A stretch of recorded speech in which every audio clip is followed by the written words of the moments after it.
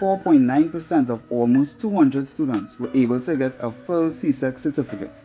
For those who don't know, to get a full csec certificate, you need a minimum of 5 passes inclusive of maths and English. Out of the almost 200 students across the region, only 4.9% of students were successful in doing so. Is this worrisome? Yes, it is. But hear me out, hear me out. There could be an explanation. Now I'm going to give you all some information and state some of my observations, but I want you all to come to your own conclusion. These observations come from me teaching multiple students from multiple countries across the region and me interacting with teachers from multiple schools across the region as well. In 2019, students who wrote exams this year, they would have now been entering Form 1 or Grade 7 according to what country you are in. Before the end of their first academic year, they would have been sent home and they would have been forced to do classes online.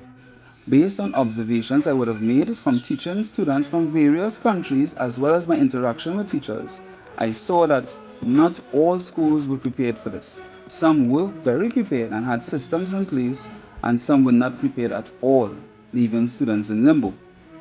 Also, something else I observed is that many parents struggled with the change, to no fault of theirs, because remember, this was not something that they chose, it was something that was chosen for them out of necessity. Parents with multiple children in the same home appear to struggle the most based on what I saw. Again, this is based on my observations. This is not a fact that I checked based on statistics. These students would have only re-entered school full-time when they entered Form 4 or Grade 10. Based on my interaction with students across the Caribbean, not just Trinidad, not just Jamaica, not just Guyana, and with interactions with the teachers as well in these various countries, it seemed as though these students lacked some fundamentals, especially in mathematics and English. Now, if these observations are in fact true for most of these students, then this could have had a negative impact on their overall performance. Notice I said overall performance, not just maths and English. Because if you have to put in extra energy into learning maths and English, especially maths, which is one of the most difficult subjects regionally based on statistics, then you're going to be putting less effort and less time into the other subjects that you are preparing for.